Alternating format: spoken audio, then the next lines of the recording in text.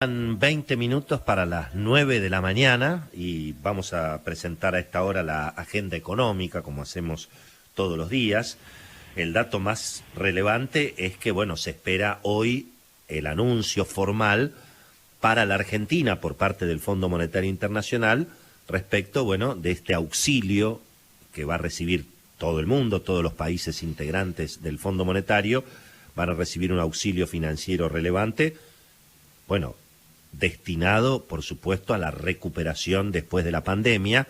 La Argentina, en principio, va a recibir unos 4.400 millones de dólares, que los va a tener que usar más para pagarle al fondo que para, en todo caso, recomponer un poco la expectativa económica. De todas maneras, es importante.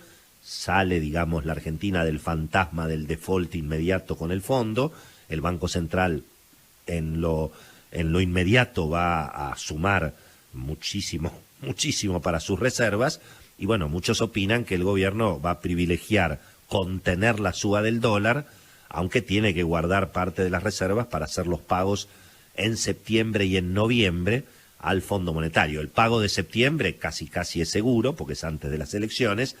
El de noviembre, veremos qué pasa con las PASO y cómo queda el oficialismo eventualmente en el marco de un año electoral tan intenso. Por lo demás, es cierto que la economía está rebotando y ha habido rebote en la actividad económica en junio y en julio. Todos suponen que va a haber una recuperación en el tercer trimestre. El cuarto trimestre del año dependerá también del resultado electoral y cómo se reorganice el oficialismo y la oposición después de las elecciones, y el debate muy intenso que se ha instalado también en el marco de la campaña electoral es lo que está pasando con la deuda pública y sobre todo con la emisión de pesos, que es en definitiva lo que alimenta la inflación y por supuesto lo que alimenta las expectativas de devaluación. El dólar está quieto pero firme, terminó el viernes a 182 pesitos en la calle, y entre 170 el contado con liquidación regulado, 179, 180 el contado con liquidación libre. Ahí estuvieron los mercados.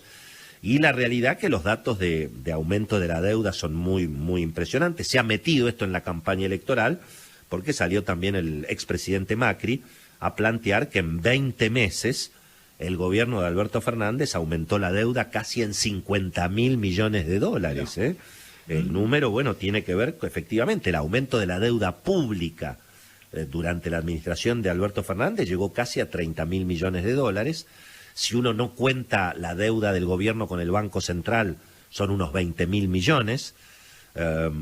Y al mismo tiempo está la deuda del Banco Central, que es la famosa historia de las letras, las LELIQ. ¿Se acuerdan que el presidente Alberto Fernández había prometido dejar de pagar intereses a los bancos y con eso aumentarle a los jubilados?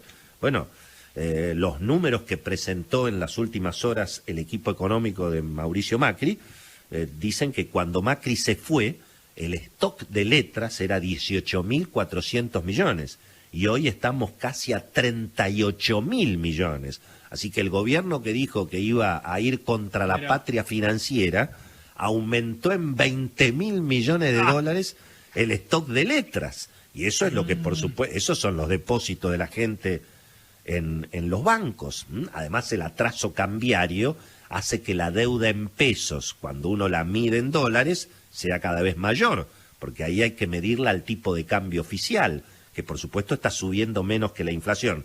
Así que ese es el debate que hay hoy en términos políticos, en términos electorales. En el fondo de la cuestión, lo que hay que entender es que el drama es el déficit fiscal, el gasto público.